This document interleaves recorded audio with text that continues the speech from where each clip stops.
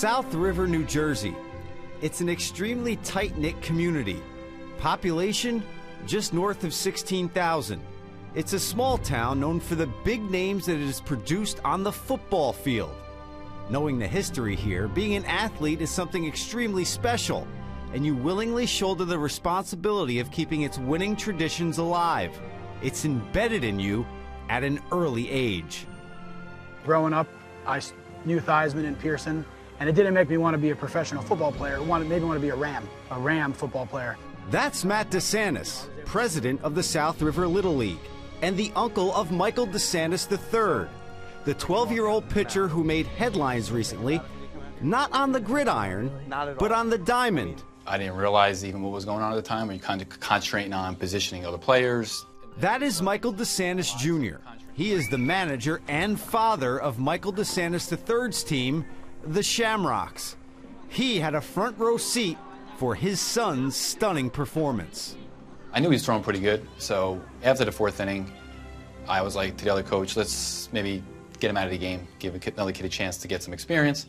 And he goes, can I show you something? Show me the book. He goes, he struck everybody out. I go, you gotta be kidding me. He goes, you ain't taking him out of this game. So I'm like, you know what? I guess we have to give him the opportunity to try to finish it. When did you start feeling like you had something going? Last inning. What was going on that day? Michael DeSantis III was throwing a perfect game, and every single recorded out was a strikeout. How many deep counts were there? Did he go 3-2 to any hitters? He threw like 2 balls and then no strikes, and then he threw like 3-0. And then he came back. And then he started coming back, yeah. Steve Lakatos was Michael's catcher and had the best seat in the house for his performance. When he gets to 3-0 and you know something's going on like that, do you start getting a little bit nervous, or were you not thinking about it at all? I was just thinking that he could just keep it up and just keep throwing the strikes. Everybody talks about the strikeouts. You know, like, struck everybody out, struck everybody out. And the most amazing thing to me is that he didn't walk anybody.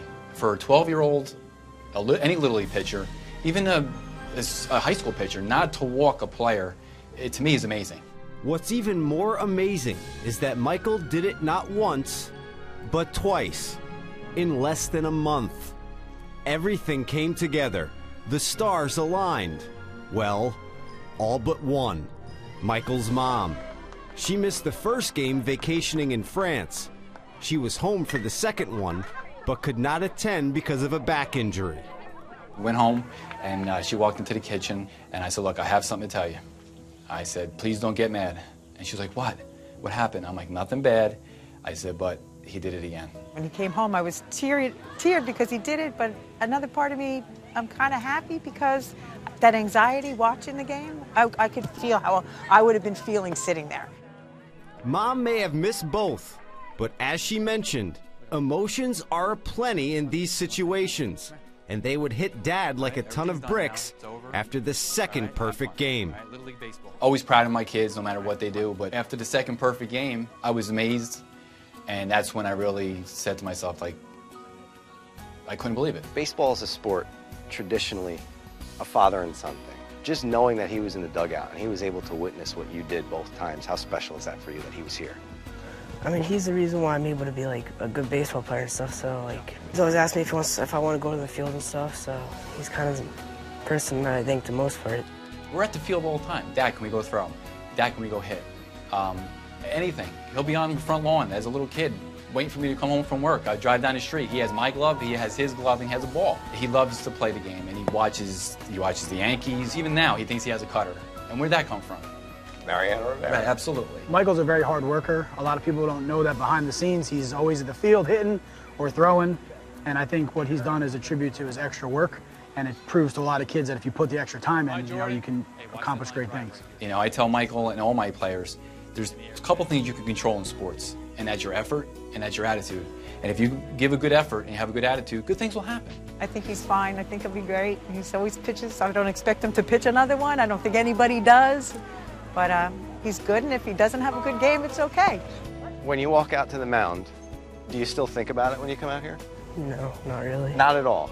I mean, something that special still just doesn't hit you. No.